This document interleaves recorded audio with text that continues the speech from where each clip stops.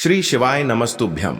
हर हर महादेव। दोस्तों, आप सभी लोग जानते हैं कि 5 जनवरी 2025 यानी रविवार को पड़ रही है पौष महीने की षष्ठी तिथि। और दोस्तों, ये वो तिथि है जो पौष महीने में पड़ने वाली सबसे बड़ी तिथि है, क्योंकि यह रविवार के दिन पड़ रही है, जो बहुत ही खास है।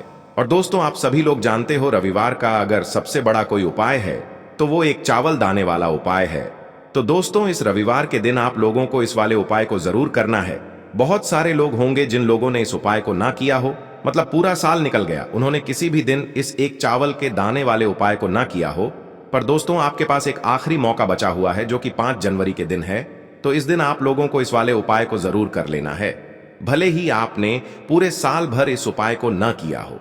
पर अगर आपने इस पौष महीने के षष्ठी तिथि के दिन अगर इस वाले उपाय को कर लिया, तो आपको इस उपाय को करने का वो फल मिलेगा जिसकी आपने कभी कल्पना भी नहीं करी होगी। इसीलिए आप लोग इस वाले उपाय को एक बार जरूर कर लेना, ताकि आप लोगों के हाथ से यह मौका ना जा सके और आपको इस उपाय को करने का फल मिल सके। दोस्तों, यह उपाय पंडित जी ने अपनी अभी की ही शिव महापुराण की कथा में बताया है। जिस उपाय को आज हम आपको बहुत अच्छे से समझाने वाले हैं। इस वीडियो को देखने के बाद इस उपाय को समझने के लिए आपको कोई और वीडियो को देखने की जरूरत नहीं पड़ेगी। तो चलिए दोस्तों, उपाय को शुरू करते हैं। देखिए, ये इस पौष महीने के रविवार के दिन यह इतना खास होता है, इतना महत्वपूर्ण होता है, देखा गया है। कभी कभी बड़े बड़े पूजा पाठ अनुष्ठान से जो मनोकामना पूर्ण नहीं होते, वो पौष महीने के रविवार के दिन एक छोटे से उपाय करने से ही आपकी मनोकामना पूर्ण हो जाती है। और बहुत सारे लोगों ने इस उपाय को किया भी है और उनको इस उपाय को करने का फल भी जरूर मिला है।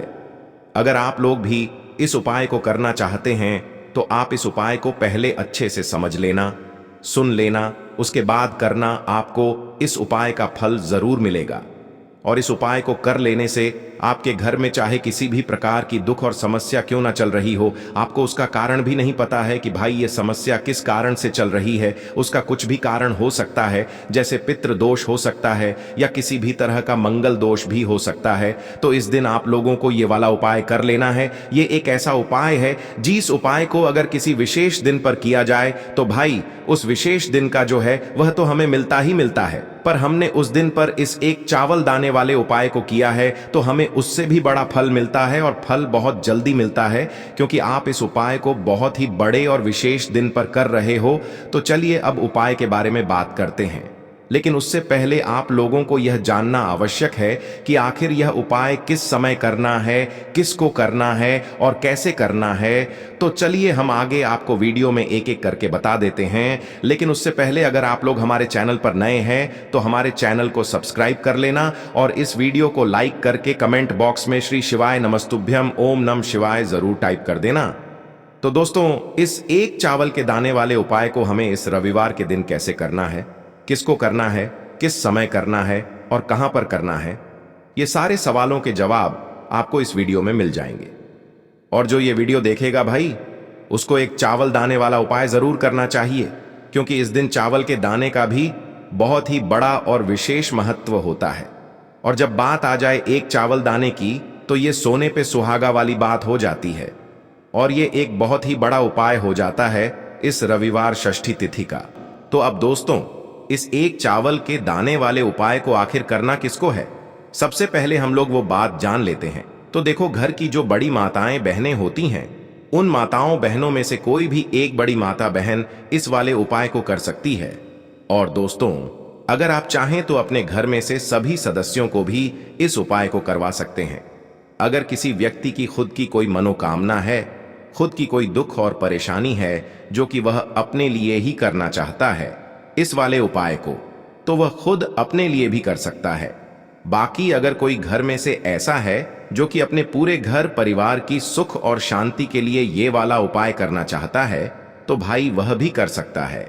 उसमें भी कोई दिक्कत वाली बात नहीं है। कहने का मतलब ये है कि इस उपाय को हर एक सदस्य भी कर सकता है, और पूरे घर परिवार के सदस्य के लिए घर की बड़ी माताओं बहनों में से कोई एक माता बहन भी कर सकती है।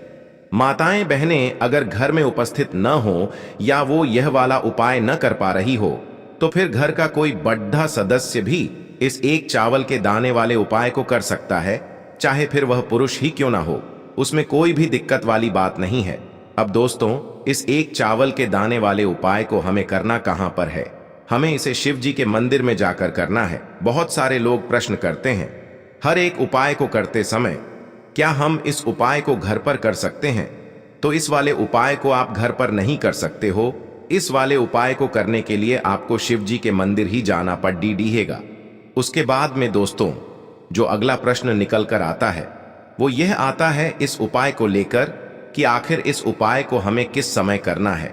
सुबह के समय करना है कि शाम के समय करना है? तो देखो, इस वाले उपाय को आप लोग सुबह के समय भी कर सकते हो और शाम के समय प्रदोष काल में भी कर सकते हो।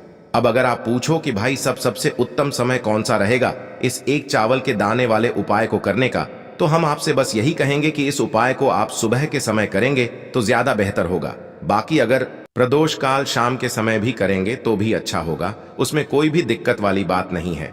देखो, ये एक चावल वाला उपाय वीडियो के लास्ट में बताया है, वो उपाय आप जरूर करें। देखो, इस उपाय को आप सुबह से लेकर शाम तक कर सकते हैं। तो चलिए बरसते हैं उपाय की ओर। देखिए, इसके लिए आपको क्या करना है, एक काली मिर्च लेनी है। देखो, ध्यान से समझना, एक काली मिर्च लेनी है और ध्यान देना है कि काली मिर्च कहीं से भी खंडित नहीं होनी चाहिए। फिर इसके बाद आपको लेना है एक गोल बाती का दीपक। देखिए, दीपक आप चाहे तो माटी का ले ले, और यदि आपके पास माटी का दीपक नहीं है तो आप यह दीपक शुद्ध आटा लगा करके एक दीपक बना सकते हैं। बस आपको ध्यान देना है कि उस आटे में आपको नमक या हल्दी का प्रयोग नहीं करना है। ठीक है, तो आप एक बढ़िया सा दीपक बना लें और उस दीपक में गोल बाती लगा करके उस दीपक में आपको घी भरना है। देखो, गाय का शुद्ध घी आपको उस दीपक में भरना है। अब क्या करना है, आपको इन दोनों चीजों को लेकर चले जाना है। बेलपत्र के पेड़ के पास देखिए। देखो, गुरुजी ने अपनी अभी की शिव महापुराण कथा में भी बताया था, जो भी व्यक्ति प्रदोष काल में जो भी एक दीपक प्रज्वलित कर देता है उसके घर पर धन की कमी नहीं हो सकती। देखो, यदि आपके घर के आसपास कहीं बेलपत्र का पेड़ नहीं है या घर से काफी दूर पड़ता है और आप जा नहीं सकते, तो आगे हम ये भी बताएंगे कि कैसे इस उपाय को करना है।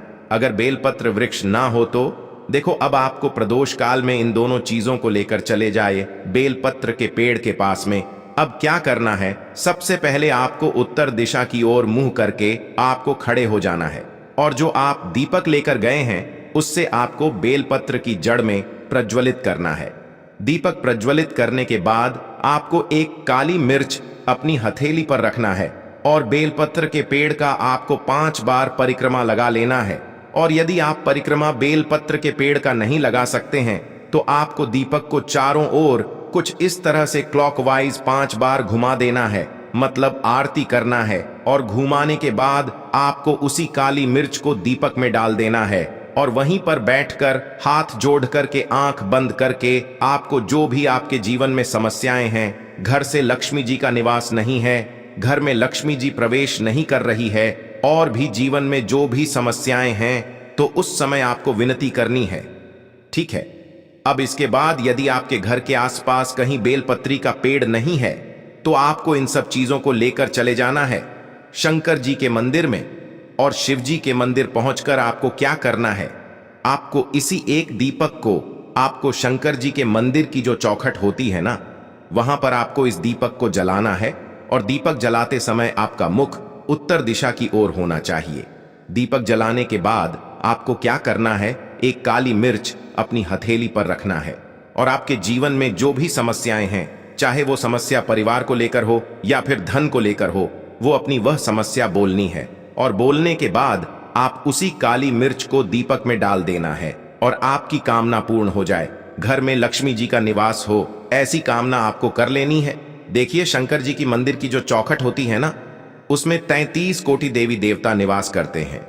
यदि आप वहां पर दीपक जलाते हैं तो इससे भगवान शिव तो प्रसन्न होते ही है, साथ ही आपको 33 कोटि देवी देवताओं का आशीर्वाद प्राप्त होता है और वह सभी प्रसन्न होते हैं जिनकी आशीर्वाद से आपकी कामना 100% पूरी होती है। तो आप ये उपाय जरूर करिएगा। आप बहुत ही छोटा सा उपाय है, करके देखिएगा।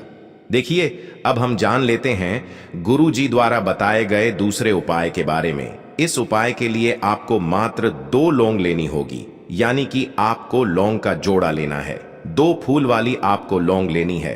लौंग का जोड़ा कहीं से भी खंडित नहीं होना चाहिए। इस बात का ध्यान रखें।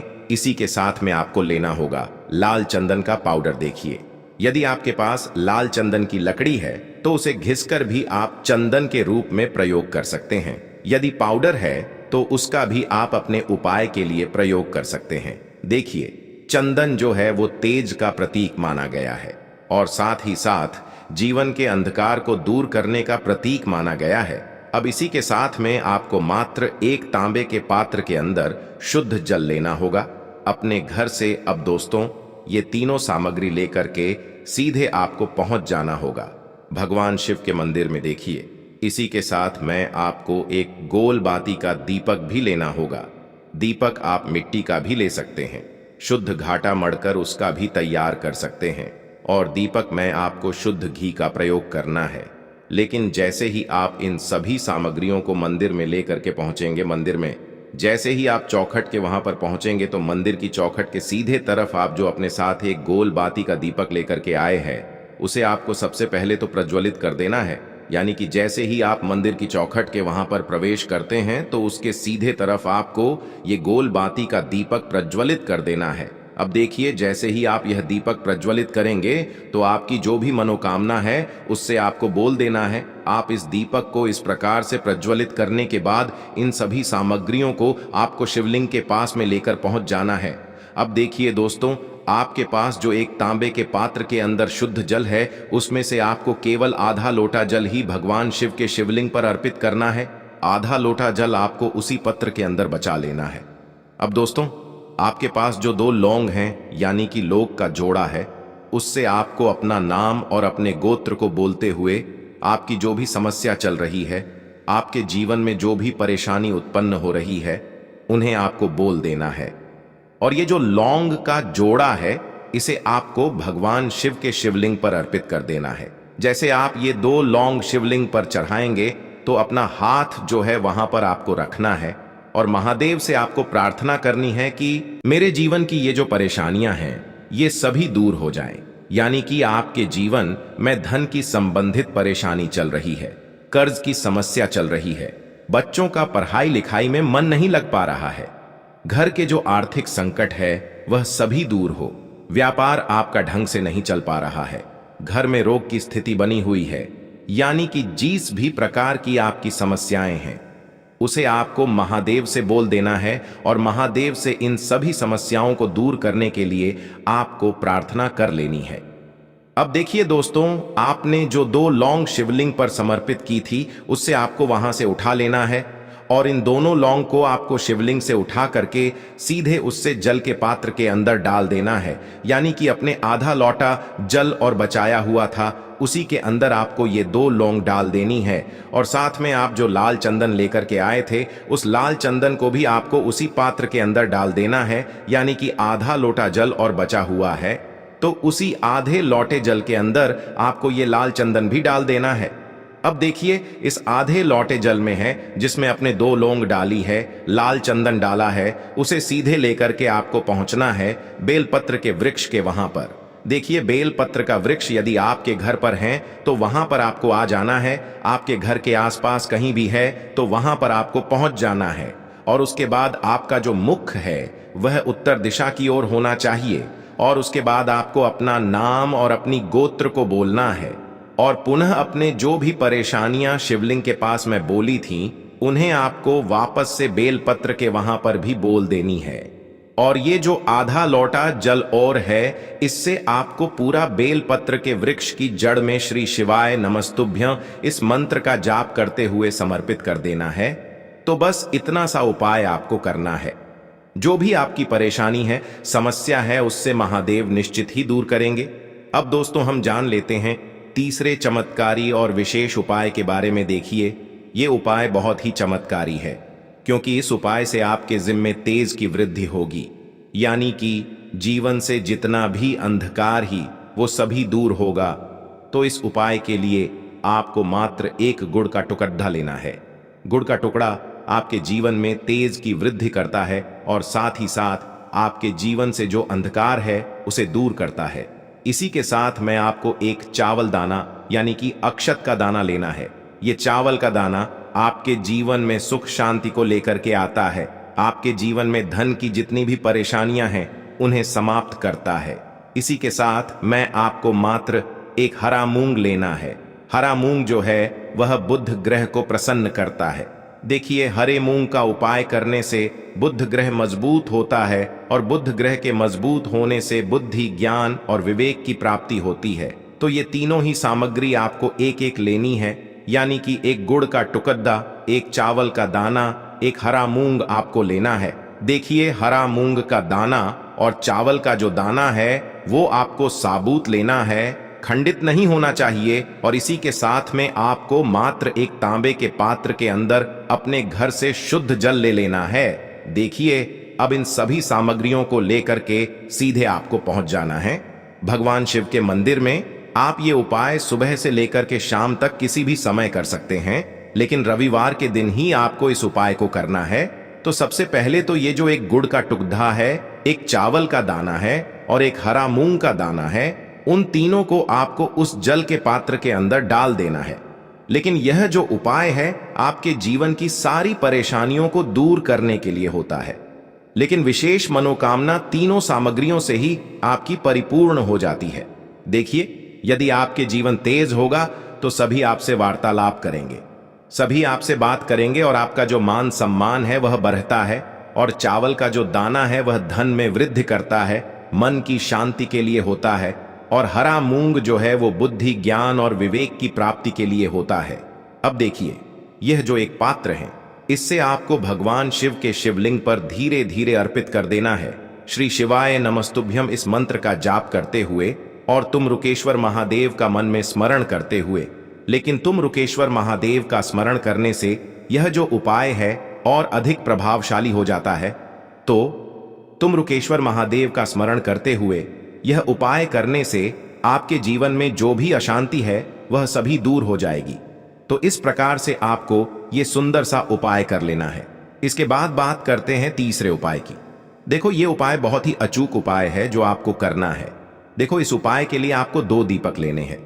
देखो, दोनों दीपक आपको मिट्टी के दीपक लेने हैं। उसके बाद आपको दोनों दीपक को प्रज्वलित करने के लिए आपको लंबी बाती लेनी है और ये दीपक घी और सरसों के तेल से दीपक प्रज्वलित करने हैं। ये सब लेने के बाद आपको लेना है एक कटोरी में कच्चा दूध थोड़ा सा लेना है। उसके बाद आपको लेना है एक लोटा जल। देखो, गुरुजी ने इस उपाय के लिए बताया है कि ये उपाय आपको प्रदोष काल में करना है। कहते हैं कि बेलपत्र के वृक्ष में प्रदोष काल के समय में महादेव वास करते हैं। उस समय हम कोई भी उपाय करते हैं तो उसका फल हमें अवश्य मिलता है। देखो, अब ये सब सामग्री लेकर आपको प्रदोष काल में चले जाना है बेलपत्र के वृक्ष के वहां पर। देखो, वहां पहुंच जाने के बाद आपको सबसे पहले बेलपत्र की जड़ में सबसे पहले वो दूध जो आप लाए हैं उसे समर्पित कर देना है। उसके बाद आपको जो एक लोटा जल जो आप लाए हैं वो आपको धीरे धीरे बेलपत्र की जड़ में समर्पित कर देना है। उसके बाद आप जो दीपक लाए हो, दोनों दीपक को आपको बेलपत्र की जड़, बेलपत्र की तरफ मुंह करके बाती का आपको एक दीपक घी का और एक दीपक तेल का प्रज्वलित कर देना है। और आपकी जो भी मनोकामनाएं हैं वो महादेव को बोलना है। देखो, गुरुजी ने कहा रविवार के दिन पर बेलपत्र की जड़ में दीपक प्रज्वलित कर देता है, महादेव उसकी सभी मनोकामना पूरी कर देते हैं। देखिए दोस्तों, आज के इस वीडियो में हमने आपको रविवार के दिन किए जाने वाले 3 बहुत ही सुंदर से उपाय बताए हैं। जो भी आपके लिए उचित है, सरल है, उसे आप कर सकते हैं। यदि उपाय से जुड़ा किसी भी प्रकार का सवाल है तो कमेंट में पूछ लें।